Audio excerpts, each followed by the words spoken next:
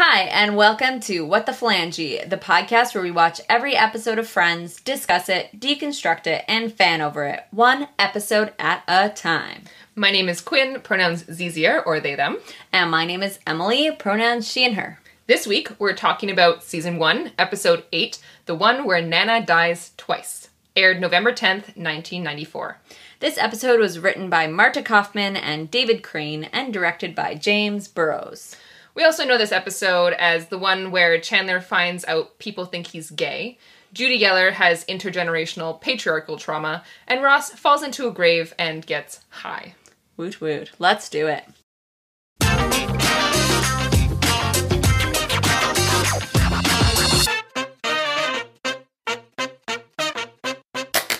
Hi, everyone. Welcome back. Welcome back. Welcome back, everyone. After a week away, I think we're both quite excited to be back. To be back. We missed you. Totally missed you. I really have come to enjoy polling everyone and getting everyone's thoughts on each episode of Friends. Yeah, so Quinn, how do you feel about this episode? Oh, how do I feel about this episode? I find this a very memorable episode. I think it's... in good or bad ways? I think it's juicy in both ways. Yeah. What are your thoughts on this episode? I have, big feels about this episode. I think I was saying this to you earlier. The more I research Friends, the more frustrated I get with Friends. And the more I, rewatch it and deconstruct it and analyze it, the more I get frustrated. But, it's hard because it's still one of my favorite shows, and it's never gonna stop being my favorite show, no matter how much, even if we get through all 10 seasons of this podcast. And I guess I just feel as though this is why we're doing this podcast, you know? This kind of episode is why we're doing this podcast. Yeah, totally. I actually think that it's sort of been starting to show in our past few episodes as kind of narrowing in and focusing in more and more on kind of unpacking the bigger social implications of the episode and kind of drifting a little bit further away from the things that we really love about each episode. Yeah.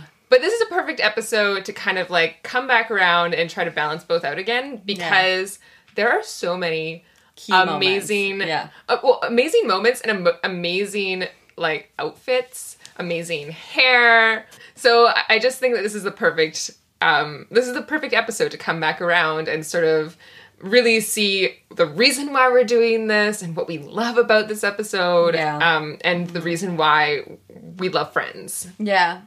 Yeah, it's nothing hard. is clear cut about this. And I think that's the biggest part of it all is that there's so many problematic things, but nothing is clear cut. Mm-hmm.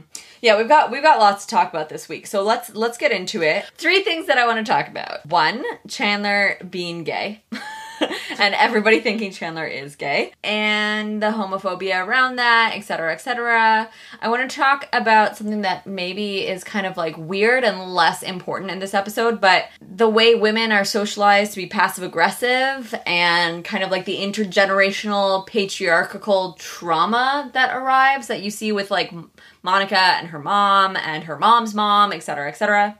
And then this kind of sounds weird, but I also want to talk a little bit about Black representation on TV, which sounds really odd because there's not a single Black person in this episode, but that's kind of why we want to talk about it.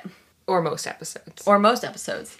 In fact, of all 10 seasons of Friends, there are only 2 people of color who appear more than once in an episode. Oh, wow. Yeah.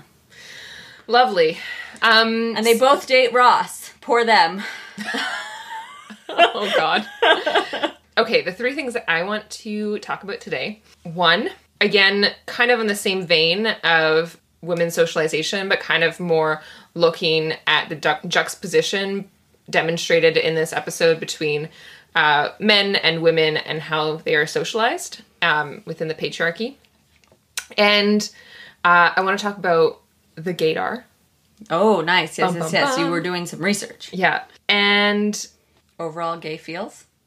Yeah, I guess that's just an obvious thing where this is what we're doing. This is where it starts. Really talking about gayness, transness, queerness, this is where it really starts to take a platform. And is gayness a word? It is now. I like it. Queerness is a word, transness is a word, but I've never heard gayness. That's, like, I don't know. I like it. Okay.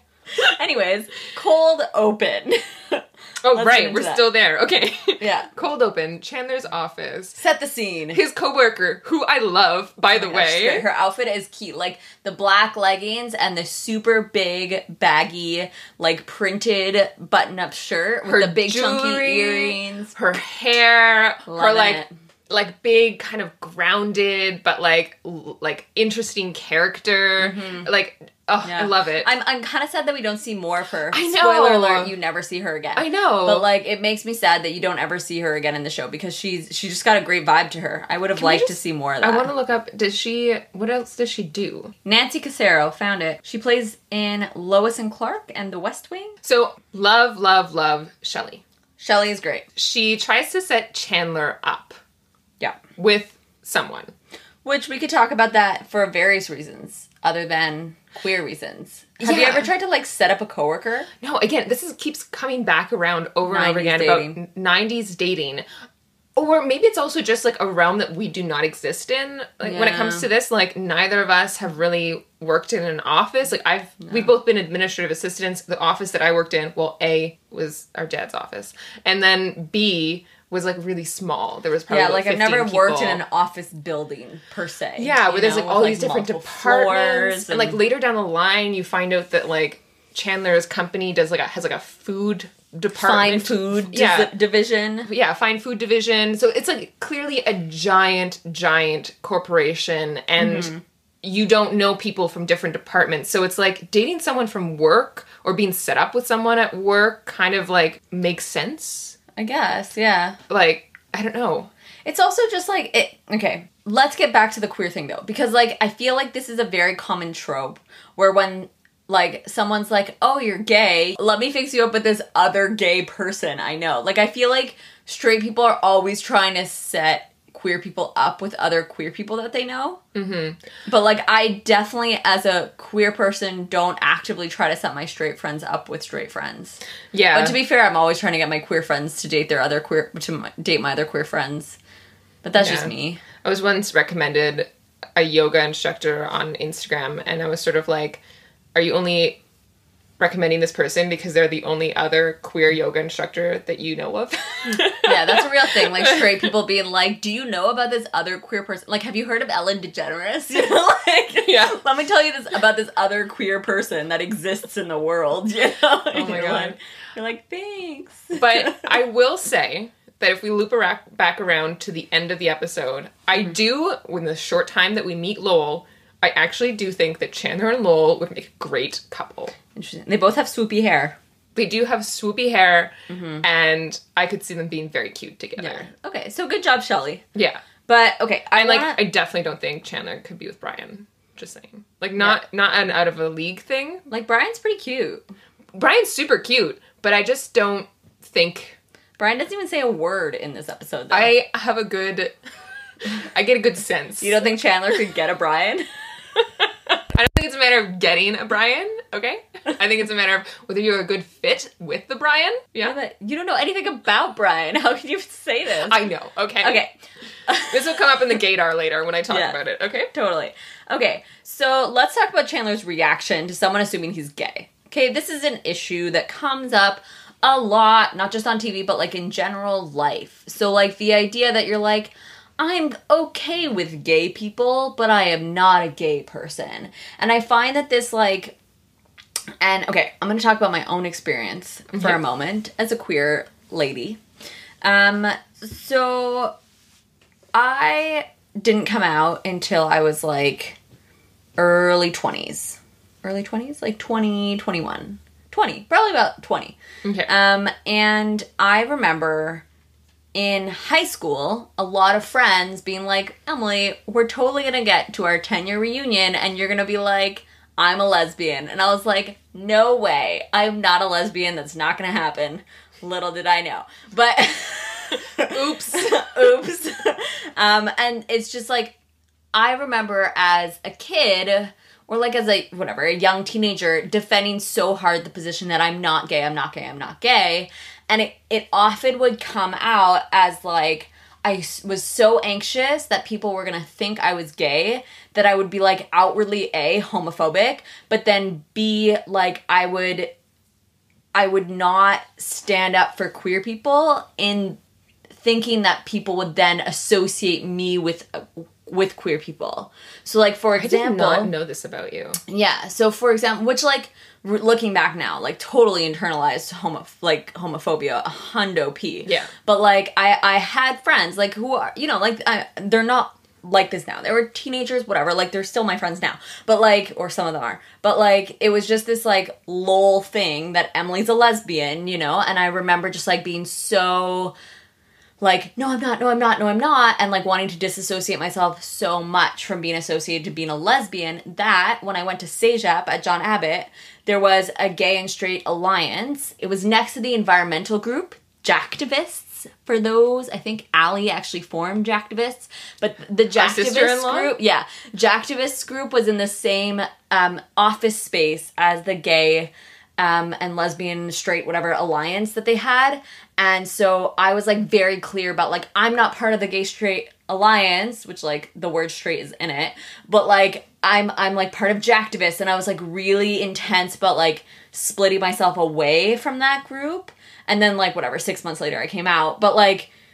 So what you're saying is that Chandler is gay. But I think that this stuff is so important because it's like one of those things where like you see on TV people get like really stressed about being associated to queerness because they have so much internalized homophobia, but like then that comes off as like other people having to like feel so uncomfortable with being queer. Like I wouldn't hold my first partner who was not a dude's hand for like ever in public because I didn't want these high school friends from years before to see me and be like, we were right, and like I didn't want to be associated with queerness even when I first came out as queer. And like, you know, I'm married to a man. I get away with a lot of quote unquote straight passing, you know? So it's like, I guess I just have like so many fields around jokes around queerness because it's like, yo, I internalized the shit out of that stuff, you know? Anyways, that's my rant's over. I talked for like 5 minutes right there, but you can go. No, I think that's a perfect opening to Chandler's storyline, which I want to point out that like, again, second episode in a row, we have like a Chandler specific storyline. That's true. And then pretty much everyone, like, there is other storylines, but they're all kind of mashed together with the rest of the group. What was the other storyline that was Chandler specific? Oh, not last week, 2 weeks ago. Yeah, Jill Goodacre. He was separated from the group, and this is kind of like a similar scenario. That's true. But I think that what you're saying is really important to acknowledge when like going into this episode and moving forward in the next 10 seasons as we deconstruct Chandler's character. Now, as much as this is a relatable thing, the reality is that there's also a part of it that's like, doesn't mean that it is okay as well at the same time, right? And so I don't, especially initially in this scene, in this moment, I actually don't think that Chandler reacts poorly. He sort of more is just shocked. Taken aback. And very taken aback. But I do think that when we enter the next scene, you start to like kind of see a little bit more of his internalized homophobia. His like paranoia around being seen as gay and kind of like his anxiety around it. And then also everyone else's homophobia comes out within those conversations as well. But I actually do think that in this scene, the initial reaction is fairly reasonable, where he's just like, you know, anything, if you were to be taken aback by something, you'd be a little bit like, what? Yeah. You know? Unexpected news of someone's perception of you. Yeah. Yeah, but like, I don't know, because like then Shelly's like, oh my god, I gotta go flush myself down a toilet, which is a hilarious line, but like, she's also like, oh my god, how dare I, like, do the atrocious thing of assume a straight person is gay. Hey Quinn, you know how we always talk about full-length, uncut episodes of Friends that you can get on the DVDs? Yeah. Well, did you know that you can get full-length, uncut versions of our podcast starting this week in our new Patreon page? Hi, welcome to our first advertisement. Starting today, we're going to be using this time right after the cold open to insert an advertisement. Producing this podcast not only takes a lot of our time, but it also costs us money. With the end of CERB coming, we need to find a way to make this podcast sustainable moving forward. So we've come up with some solutions. Advertisements are one of them.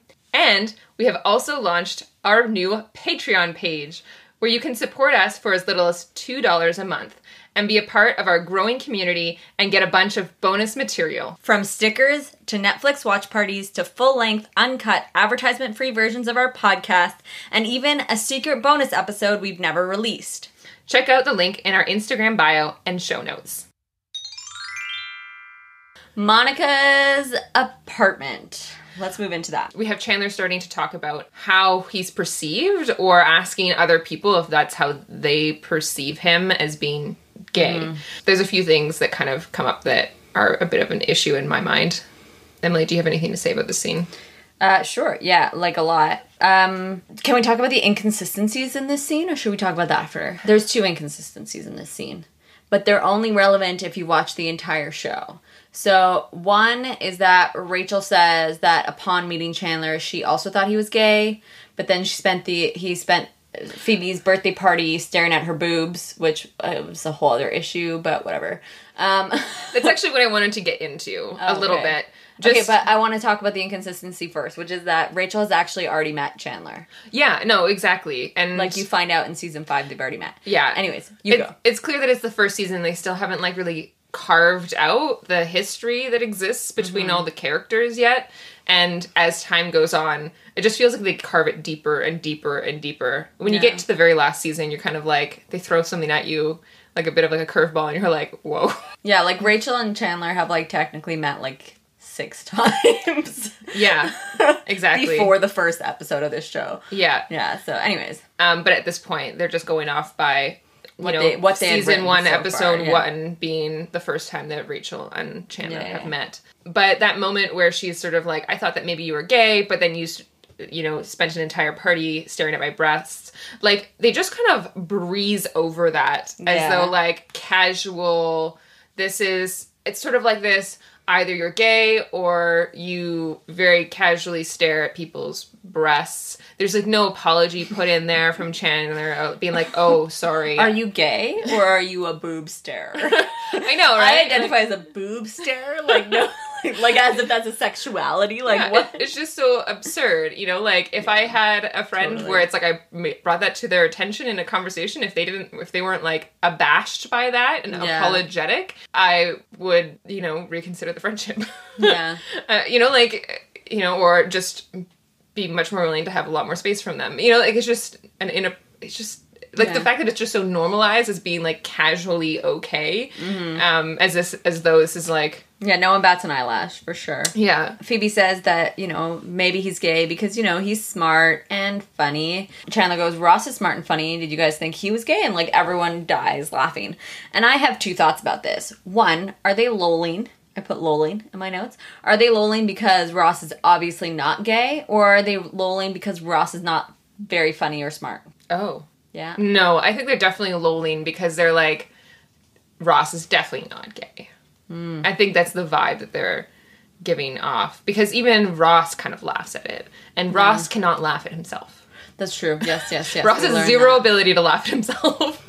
That's true. That is one of the most consistent things with this show. Oh, man. But yeah, and then Joey in the DVD version makes this comment about being a quote-unquote stealth heterosexual. Yes. So because women think that Chandler is gay, he can pick up women easier.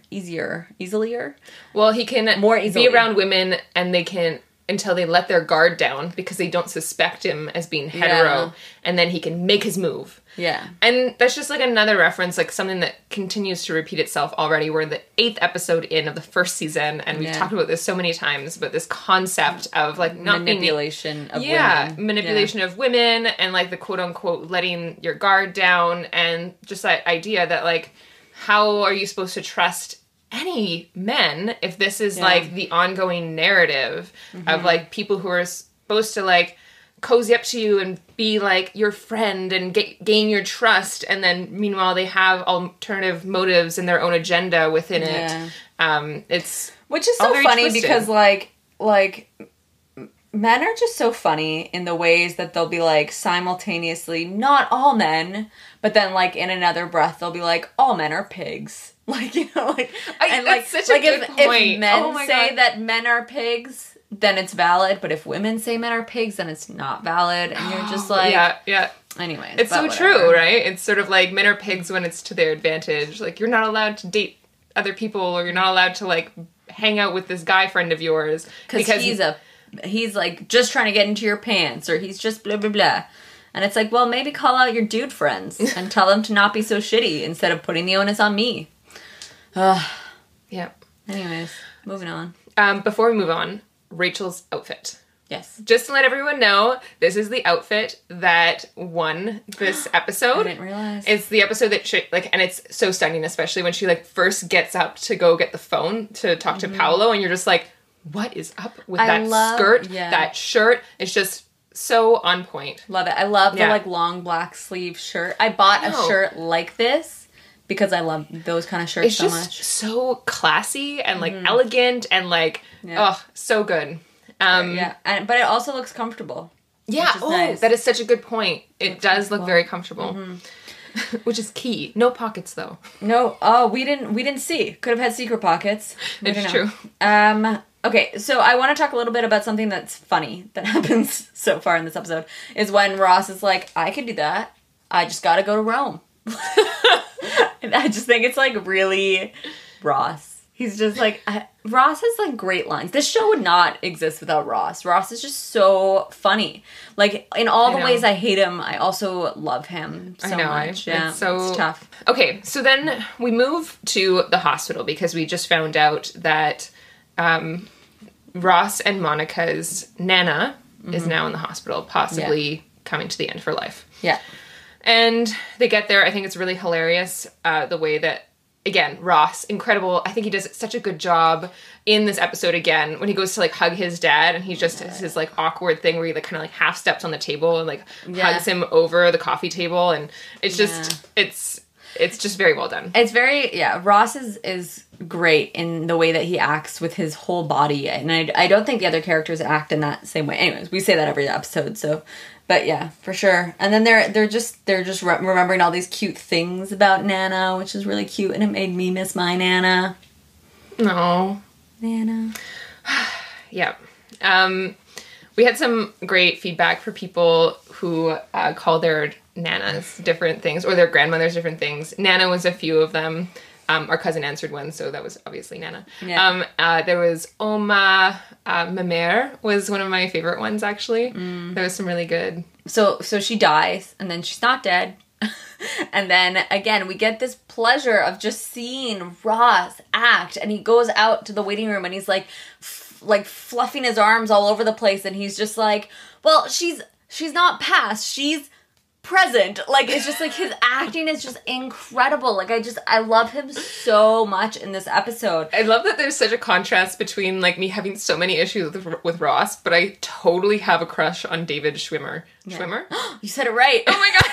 Emily informed me like yesterday that I've literally said David Schwimmer's name wrong every single episode of this podcast. So you've been calling him David Schumer, but like I didn't think it was obvious enough to correct you, so I don't want to correct you while we were recording. No, you should correct me. The deed is done. Anyways, I have like a theory that this plot line only exists in order to show David Schwimmer's acting. Because, like, they don't really, like, this is not really relevant. Like, the episode is called The One Where Nana Dies, but, like, it's kind of, like, the one where Nana dies twice. Like, the way that they make her die twice isn't necessary. Like, they could have just said The One Where Nana Dies. But it's so much more comical.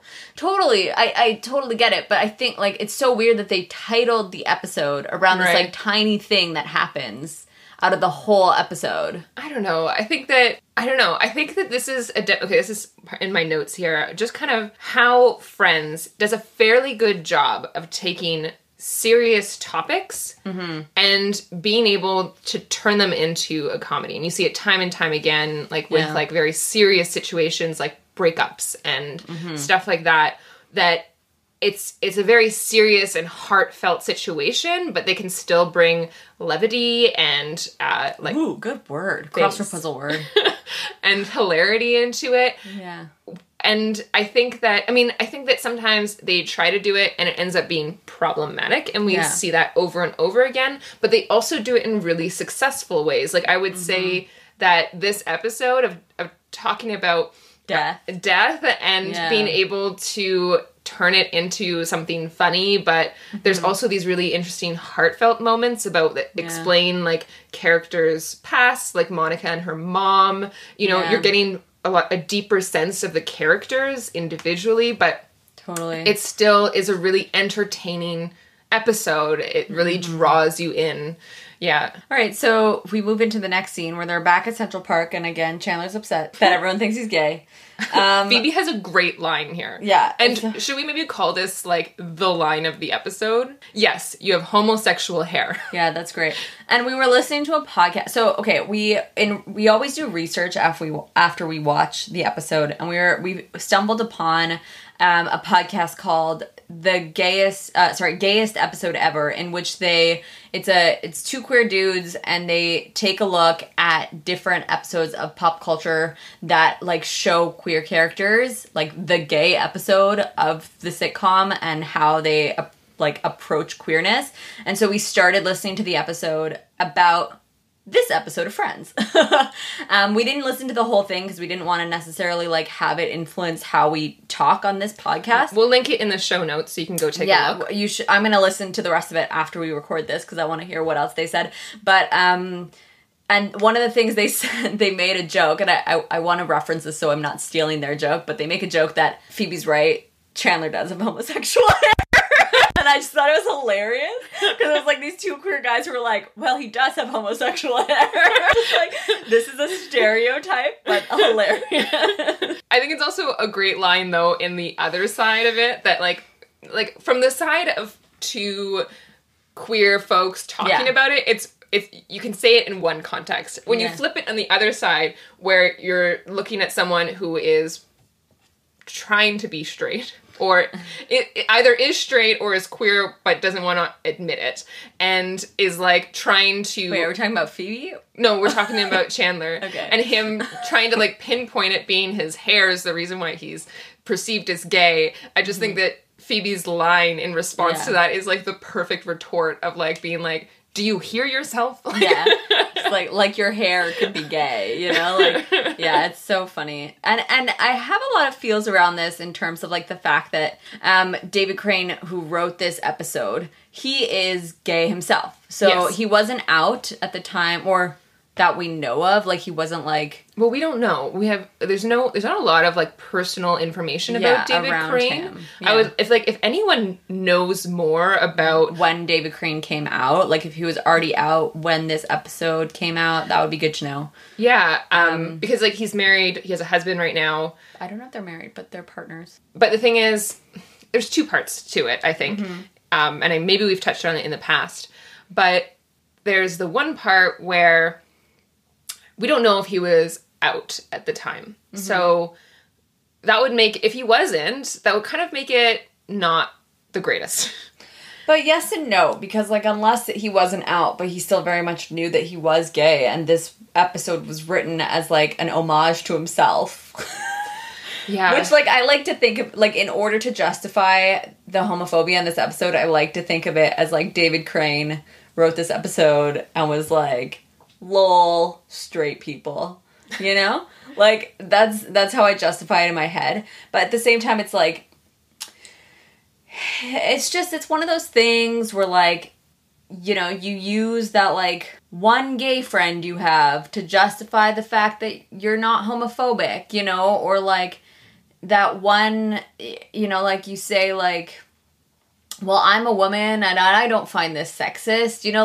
Like people use their own identities to justify other people oppressing people who share their identities. Yeah. And, like, that's not valid because not everyone's experience of homophobia is the same. You know, not everyone's experience of sexism is the same. So just because you wrote jokes as a queer person, you're still like making fun of queer people in this episode, and so it's not valid in that sense. You know? Exactly. And especially when we start moving through the seasons and moving into the realm of unpacking Chandler's parent, who has this ambiguous kind of melded identity of either being like gay and a drag queen or actually being trans. Like, it's really not... And they really blur the lines between a trans woman and being a drag queen, which is like the worst lines to blur, because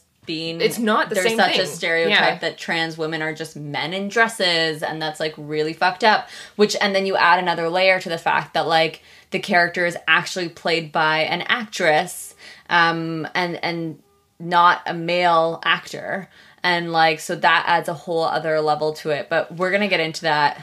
And then furthermore, when you start talking about the fact that there's this history between the, especially cis white gay community versus the trans community, where trans women of color specifically have played a huge role in progressing queer rights in every single way, including like women's rights, and like basically completely on the back of trans women of color. And then you have cis gay men who kind of swoop in and are much more palatable to like mainstream culture, and so they're white and they're men. They're white and they're cis, and so they can just sort of swoop in and be accepted so much more easily, and then really kind of can take the stance of being like, well, I'm not that, meaning trans. And what ends up happening there is like, this is kind of where the meme comes in, where it's like not gay as in happy, but queer as in fuck you. And like that sort of kind of speaks to the nuance that exists there within queer culture. And so all to say is that even though David Crane is gay and is a creator and one of the main writers of this show, it doesn't absolve the problematic references and jokes associated with queerness, especially when it comes to transness. Like, that is something that, like, down the line we'll get into more. But at the same time, again, everything is kind of nuanced.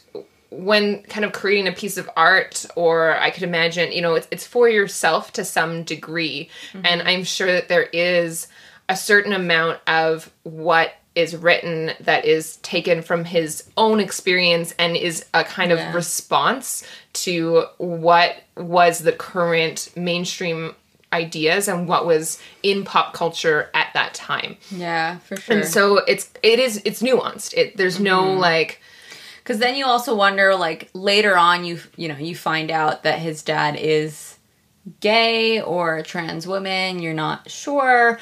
Equating them doesn't make sense. You know, it's not, gender and sexuality are two different things. Definitely. But though they can affect each other. Totally. Yeah, for sure. But, anyways, yeah. And so, like, I also think of the ways in which, like, Chandler as a character maybe is, like, you know, internalizing the trauma that existed in his childhood and associates that trauma with his dad's gayness, gonna use your word, versus like just associating that as childhood trauma because his parents are assholes in different ways that are not related to, you know, his parents' sexuality or gender in any way, you know? So it's just like, I wonder if his character is having trouble with the idea of like being perceived as gay because he's got all these like internalized associations from his dad. Are we using the term dad? I think we're going to have to create a separate episode where we're going. Yeah. I think we need to kind of like unpack and prepare for like moving into the future, what kind of language we want to use and what and how we're going to get there kind of thing. So which we're probably going to want a lot of feedback from you guys. So if this conversation is already starting to bring up thoughts and ideas and things that you want kind of acknowledged, please send us an email or send us a DM. You can get us on Instagram or our new Patreon account. Now, moving on. Do you want to? Well, we're still in Central Perk at this point. And before we move on to the next scene, I would like to acknowledge the two vests. Yes, the two vests. I would like to acknowledge the two vests. One is Rachel's vest, which I don't know what happened to her amazing outfit that she was wearing like 2 seconds ago. But she has this really weird jean vest with like a pocket in the front, like she's a kangaroo, but, it's like a halter at her top. Yeah, but it's like a halter top jean vest. And then you have Phoebe's vest, which is like, it has this really weird pattern on it of being like sciencey, science cartoon. Like it's like Miss Frizzle's shirt. Yeah, it's totally.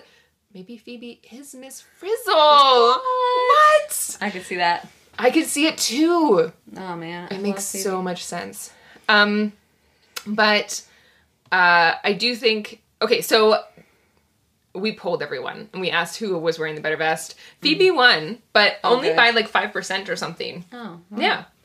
Yeah. So yeah, we could just talk briefly about Nana's house. Like, I also just don't find this stuff very interesting in the same way. Like, there's like a couple of like comedic things. Oh, that's so interesting. I actually find what happens in Nana's house is like very iconic, and it's one of the more memorable scenes for me. Specifically, like, again, David Schwimmer doing incredible acting, where he's like in this comical position that does not make any sense because you wouldn't be able to open the drawers of that dresser that's standing in the way of the doesn't make any closet. sense. It doesn't make any sense, but I love it. I think it's hilarious. And he's back there pretending to be like a store clerk. And then he has that amazing moment, again, a very touching moment that's both touching and comical, where he like finds the Sweet and Low packets, and he does this like, he's just so tactile, you know, he like smells the Sweet and Low packets and they fall down on top of him, and that scene is beautiful. I really like that. I think that was well written. It was and well executed, you know. For sure. Yeah, and I do find it cute how like, so that's clearly Judy's sister. But first of all, we never see her again, and we never even get her name. It's Lilith. Oh. But here's the thing. I actually don't think that they reference her in name in this episode. But in future episodes, you find out that Judy Geller has a sister. Her name is Lilith. Oh, well, I don't remember that. Yeah. I also want to say that she is my number one for outfit in this episode. What? I love her I love her outfit in this episode. It's like her big glasses, her long chain necklace. Like she's wearing like a white turtleneck. In the white turtleneck. Like I just love it. There's just something that I'm just like, oh my god, I love you. Yeah. Like your expression of self is just so great. So maybe we could talk for a second about the whole Monica and her mom thing. Because it's a good segue. So, like, Monica's mom makes this comment. She basically says, it doesn't matter what we pick. She would have hated it anyways. And then later on, she's sitting at the service, after the service, and she's basically saying to Monica that, like, if her mom was here, like, she would hate this whole thing. And then Monica makes the joke, well, yeah, because it's her funeral. And then... Good point, Monica.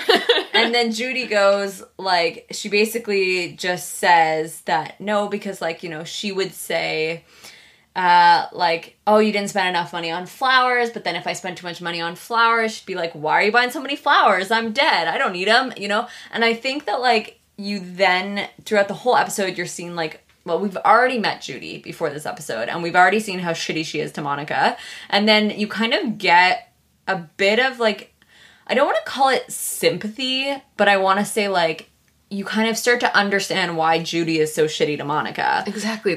You're getting this depth into it. Yeah. It's so interesting. And that's where I wanted to talk about the thing about, like, women being socialized to be, like, passive-aggressive in a lot of ways. So, like, Monica's like, well, you know, if she was alive, would you have said anything? And Judy's like, no, I think, like, some things are better left unsaid, you know? And you're just like, no, you should say something, you know, like women are socialized to be docile, to not have confrontations, to like not be too expressive in their emotions, like, and if that emotion is anger, you know? And so like it's interesting that they portray this kind of like intergenerational impact of patriarchy on the Geller family. Yeah. You know? I wrote down in my notes, the scene is a juxtaposition with the men who have like all checked out of the funeral. They're all like trying to watch this football game, completely don't care where they are, in a space that requires a certain amount of emotional labor and connection and bonding and emotional support. They've all checked out, they're watching the game. And then you have this juxtaposition of two women sitting on the couch. The whole funeral, Monica's mom has just been essentially, what did I write? It's demonstrating a lineage of women who hold destructively high standards around how they look and domestic abilities, like cooking and cleaning. Totally. And they're literally destroying each other because of it. Mm-hmm. And you're seeing them have this conversation on the other side. And it's just, this is patriarchy, right? Yeah. And both of these things can hurt both men and women, right? Mm-hmm. Like, you know, men are more likely to commit suicide because they're less likely to be able to reach out for support because they do not know how to do emotional labor and have emotions around other people or be allowed to have emotions. And then you have women who have, you know, where eating disorders are rampant and there's just this intense need to like please men. It's just a really interesting scene to demonstrate such a strong issue in society, you know? Totally. But something that I have always wondered in this moment is when Judy and Monica are talking and Monica asks her this question, like, would you, if you did it all again, would you have told her? There's kind of almost, I feel, a moment where Judy kind of gets what Monica is saying. Yeah. And I kind of wonder sometimes, like, do you think that she actually said no because she doesn't want Monica to confront her? Exactly. Yeah, I think of that too when I see that. I think that that's a little bit what they're implying, but it's not obvious. And I think it's supposed to be a little bit like maybe she's thinking of both simultaneously, you know? Like, and you see her hesitate. She's like, no. Yeah. You know, like the way she says no is like, she says it in a way where she's like, maybe I would, but I don't want you to say it to me. Exactly. You know? And so I think that Christina Pickle does a good job in that. I think they both do it really well. I actually find that Courtney Cox, I don't think we're actually giving her enough credit in the show up to this far, especially. I find in the first season she is probably her most grounded, and she makes these really interesting facial expressions that kind of have this like knowingness to her in the way that she looks at people. And I find that this is a scene where she does it really well. She has this little eyebrow tilt at one point that you're kind of like, interesting. I think Monica is like considering that she grew up with the mom that she has, she's like doing okay. Yeah, okay, so maybe we should jump back. Okay. Because we missed a scene, which is... in the cemetery? Yeah, but first, before the cemetery, there's the scene... where they all gather at Monica's apartment. Before that. Oh my goodness. Chandler's office, and Shelley's there. It's the next day, and Shelley is there, and she's like, oh, you know, about yesterday, I'm so sorry. You know, again, she's like, so sorry that she dared to assume a straight person was gay. And Chandler, I actually find that Chandler's like kind of like has accepted it. Like, he's okay. He needed like 24 hours to like be kind of like internalized homophobic about it, but like he's like kind of okay. Yeah. And he's just like, don't worry about it. He literally says, don't worry about it. Yeah. And he's like, you know, like, whatever. Apparently you're not the first one. Like, he's just like, whatever. And then he still wants to know, like, what is it about him that comes off as, like, as gay? Which, like, in a lot, like, yes, it's internalized homophobia, but, like, I also kind of understand that curiosity. Yeah. That, like, what is this, like, what trait do I have that not just you, but more than one person is assuming this about my sexuality, you know? Right. Like, I can understand that. Yeah. And I think that, okay, there is definitely the internalized homophobia, but on the other side, Chandler also already has a really hard time getting dates and going out with women and interacting with women as in general. Mm-hmm. I could also see it as sort of like him kind of being upset about it because you're like, I already have a hard enough time dating. I don't need the people that I'm attracted to assume that I'm not attracted to them. Yeah, that I am not within the realm of dating them, you know? And I can understand that part that exists. Yeah, totally. Okay, so next thing, you know, they're in Monica's apartment. They're getting ready to go. Rachel got these epic shoes from Paolo. She's very excited about them. Again, her outfit is baller. And so then Chandler makes that line, don't we all look nice? Don't we look nice all dressed up? And then he's like, oh, that's why people... It's things like that, right? And so it's like the Chandler making a compliment or saying something like nice about the group or complimenting their appearance automatically means he's gay. You know, like... It's a stereotype again. I know, I know. It really is. Mm-hmm. Also, I was so shocked. And I don't have the exact numbers in front of me. But, okay, we talk about those shoes as being amazing. They're so cute. But most people, like they lost on being nice on our Instagram poll. Like, most people said that they did not like those shoes. I know. I was so... Or, like, cute ankle boots? Yeah, with a little frilly thing. I don't know. I think they were cute. I think they were very applicable to her outfit. I don't know what other outfits they would work with, but yeah. So then they're in the cemetery.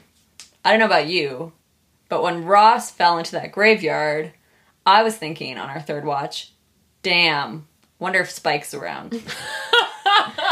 Okay, so the question was, would you rather fall in a hole in a cemetery like Ross did, or would you rather have Monica be your mom for a week? I would rather have Monica's mom for a week. Wow. That's interesting. Whoa. Like, I'm talking, not like you don't pick up her phone call and you never see her. Like, no, I'm talking live in the same house. Yeah. I'm thinking that I have lived with worse. Not necessarily moms, but, like, people in general, much worse for more than a week. Interesting. And so, I would rather fall in a hole. Interesting. Because, like, I think it would also be good for my anxiety to fall in a hole like that. Like, just, like, kind of, like, see what it's like. I've got a lot of fears around falling and death, and so maybe it would be, like, a good... Like, you know how, like, sometimes they say, like, you have to, you know... Face your fears? Pee into the wind. And so, like, I wonder if that would be a good thing for me to experience. Right. And also, Monica's mom would kill me. I'd have a hard time with that. Yeah, that's fair. Also, if you fall into a hole, you get all the drugs after. All the drugs? Oh, yeah. What drugs? Which, okay, is, I think... Coming from your friendly neighborhood sober people. Don't do drugs, kids. But I think that segues nicely into the next scene where Ross is all drugged up. Yeah, and again, acting so freaking well. So on point, so good. Yeah. Has that moment where he, like, outs but is not outing Chandler because he's not gay. But, like, is exactly, though, like, what I think is the issue with, like, part of Chandler's homophobia is rooted in is also, like... But also I don't want the few women who are interested in me to think that I am gay. Yeah. And not be interested in me because of that. That's true, yeah. And it's like that is directly played out. If you want to be gay, man, be gay. Be gay. Thanks, man. Thanks, Ross. But arguably, best line of the episode is when Ross walks over to Rachel and he's like, I love you. And Rachel is like, I love you too. And he's like, you don't get it. You don't it. Like, and he that falls on top of her. It's such a good, on point Ross moment, you know? Have you ever crushed on a friend? Like that hard? Okay, as hard as Ross on Rachel, I don't even want to compare myself to that, to be fair. Yeah, that's fair. That's pretty next level. It's like level 10 crush. It's also like executed in the wrong way and dealt with in the wrong way. That's true. So I don't really want to be parallel to that. Yeah, you probably shouldn't associate yourself to Ross in general. When it comes to those things, no. But no, I definitely have crushed on friends. I think that most of the people that I have been really... I think I just crush on people differently. It's just like people who I really admire and love, I normally will have a crush on them at first.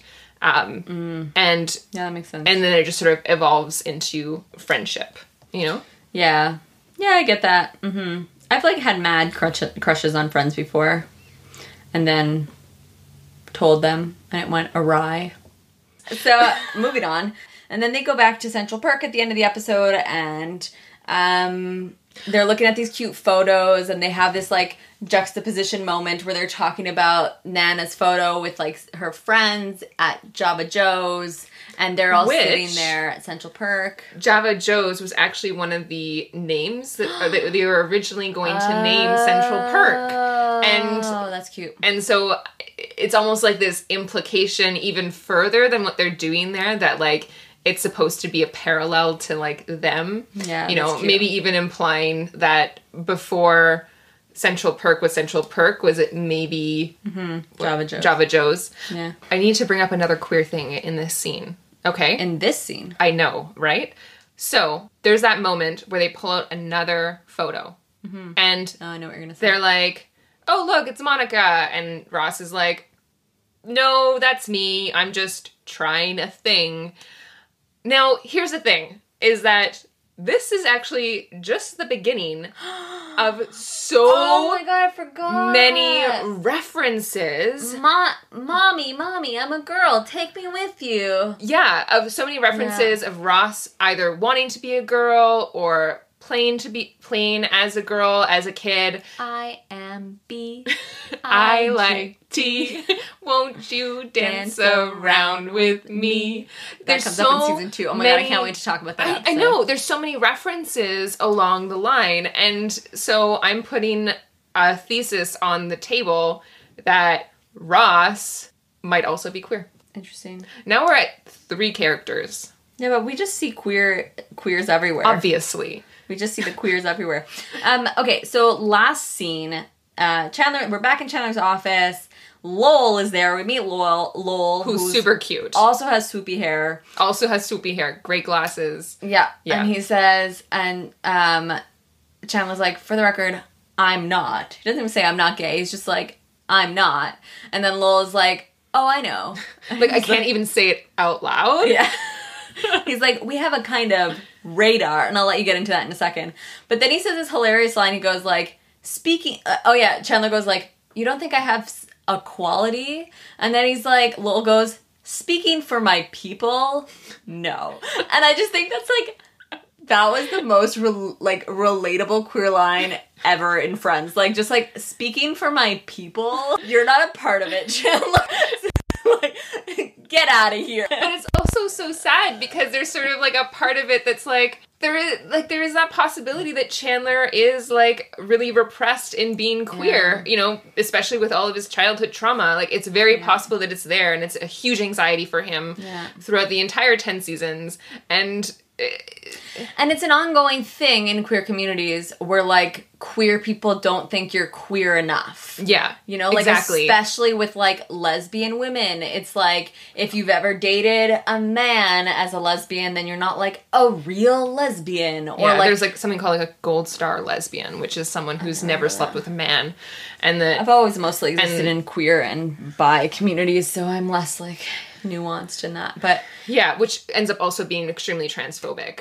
A lot of straightforward right off the bat. Yeah, totally. So there's like this like idea that like you have to be a certain way in order to be perceived as straight, but you also have to be a certain way in order to be gay. Like, and then we find ourselves like and this happens a lot. Like, we're not two queer people sitting here talking about how the queer world has no issues. Like, we're aware of them. Like, and I think, like, there's this really, like, I remember when I first came out as queer, like, I was, like, constantly fearful that other queer people wouldn't think I was queer. And so, therefore, like, had to, like, actively be outwardly more queer looking. And it wasn't until like a couple years ago that like I established more of like what I like to look like. That's like definitely more femme, but there was like a period of time where like where I dress a lot more masculine because I wanted people to be like queer people, especially to know that I was queer. But like that's also a thing because you just like you want to be like, you're not alone. Like, you know, when you're like in a room and like someone walks in who's like obviously queer. Yeah. Gaydar. Sometimes there's like that you are dressing cultural, like to fit in within the queer culture in order to, it's like a calling card, right? Like it's like, how else do you find other people who are queer? You know, like queer haircuts and plaid shirts, you know, like it's just like a thing. But, okay, I'm going to segue into Gaydar now. Yeah. So, interestingly enough, I think a lot of people nowadays would kind of outrightly say that the Gaydar concept is problematic. First of all, Gaydar was first coined in the 1980s. Great. Okay. So, it was already a thing when Friends talked about a radar. I do kind of wonder if it was kind of popularized for that reason. I don't know, though. I didn't find that in my research. But a lot of people would, right off the bat, like I think you and I would kind of directly say that this is problematic. Like, the Gaydar is based in this concept that you can make assumptions about a person, which inherently... Based on their looks, Yeah, based on their looks and how they present themselves and their mannerisms, which is inherently problematic because that, again, goes into this area where... you know, you have to act straight. And so, like, if you're a man and then you have more quote-unquote femme mannerisms, then people assume that you're gay. You know? Like, and then that turns into a whole variety of problems in which men have to be more manly in order to be perceived straight. But then you also get the flip side where, like, women... So usually what it is like... the Gaydar goes off when people don't exist within their, like, gender norms, basically. So, like, when men act more feminine and when women act more masculine, quote-unquote, is when, like, the Gaydar is going off, you know? When it's, like, these are just, like, super blatant, shitty stereotypes that don't serve anyone. Exactly. Now... in contrast to that, there was a study. There has been not just one. There has been actual literal studies done to see if the Gaydar is real. Interesting. And there have been studies that have actually shown that it is possibly real. I know Emily's look was really great. I got a stink eye. I got a stink eye. And I was reading a couple of different articles. One side was written by someone who had done a study that sort of was counteractive to the original Gaydar study, saying that it possibly is accurate. In these original studies, what they were sort of doing, they were doing a variety of things. One was just showing a photo of someone, one was showing a video of people interacting, and then picking out who you thought was gay, that sort of thing. Right. But I think the point that I want to make here is that it actually doesn't matter. Yeah. Because assumption and assuming someone's identity, sexuality, gender is problematic, period. It does more harm than good always. Yeah. And so it's sort of like if you make those internal assumptions, don't act on them. You can recognize them. Like everyone makes assumptions about everyone. We are socialized to do so. The issue is when we start making decisions based on those assumptions. Or formulating stereotypes based on those assumptions. Exactly, exactly. So it's sort of like, you might see someone and be like, maybe they're gay, but that doesn't mean, like... you need to treat them any differently. Yeah, that they're gay, or like maybe it's like someone that you're initially interested in. It's like, oh, maybe they're gay. So what? Go inquire, you know, like, and stop assuming everyone's gender. Yeah. Moral of the story. Moral of the story. Okay, I'm going to use this moment to segue into the last point that I wanted to talk about, which is Black representation on TV in the 90s. Okay, so I want to talk about Living Single. So Living Single is a TV show that began in August of 1993. Oh, that's when I was born, August 1993. So the story, Living Single, is about 6 Black characters who live in Brooklyn, starring Queen Latifah, who's the best. And the reason why I'm bringing this up is because, couple reasons. So one is that for a lot of Black queer people, Living Single was an important show for them. Not necessarily because there's queer characters on the show, but in the ways in which the women do not fall into like gender norms in the same way that like Phoebe, Monica, and Rachel fall into gender norms. So you've got these 4 high-powered career women, and then 2 men. And the story is way more about the women than the men. The men are kind of just like extras in the story. And we watched the first episode, and like there's one character who's like they have a whole conversation about how shitty men are. Like they talk about the patriarchy. They talk about the patriarchy. They call out men, like, and it's done in a lot more of like a political way, but still funny and humorous and like enjoyable to watch. Whereas like Friends prided itself on being like apolitical in a lot of ways, like never taking a stance on anything really. Whereas like in this first episode, there's like a shitty dude and all the women rally behind like this other woman to like boot this shitty dude. And like anyways, I think it was a great show. And I'm talking about it for 2 reasons. One is because in the whole 10 seasons of Friends, there are only, like I said, 2 people of color who appear in more than 1 episode on the show. And that's Lauren Tom, who plays Julie, who's Ross's partner in season 2. And then Aisha Taylor, who is in season 10. I'm not going to say what because I don't want to give spoilers.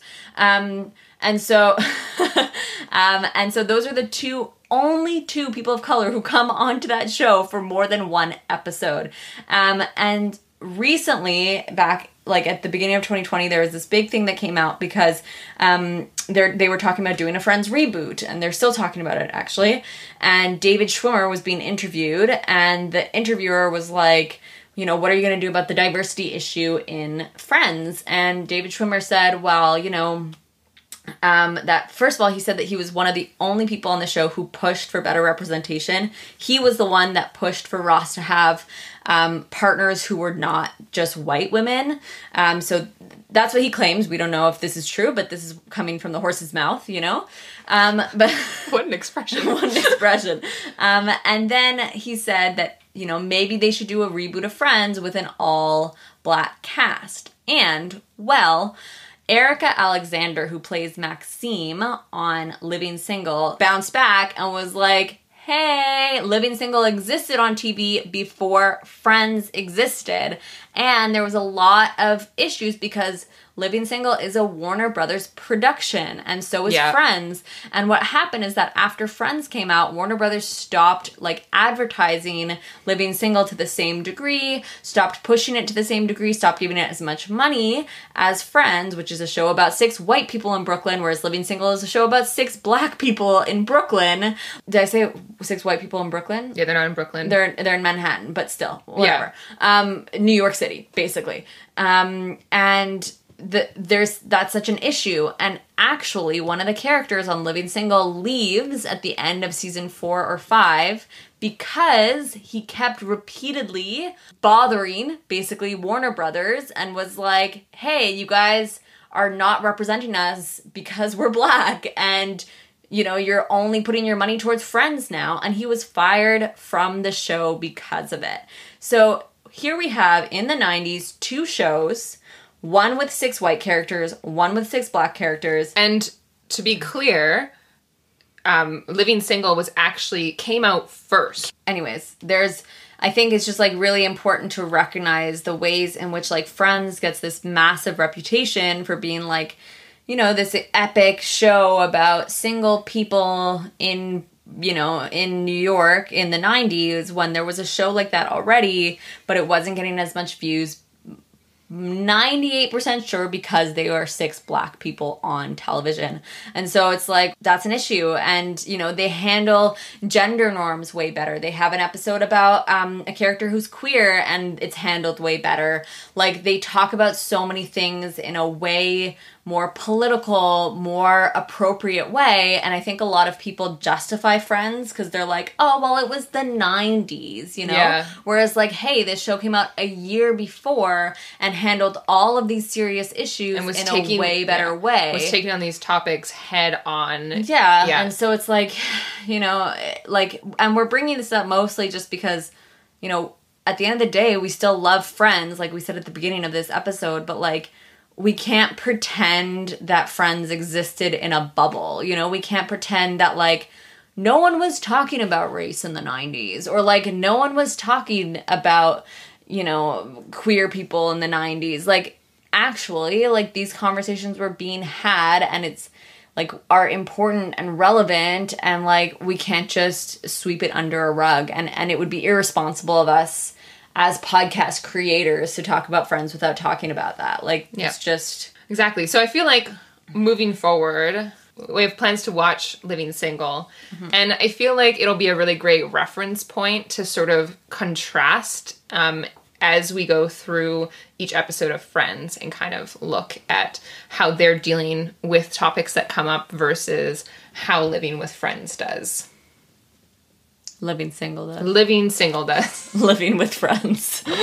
Me and names, just not good. My strong point. Words. And so that's it. So thanks so much for tuning in this week.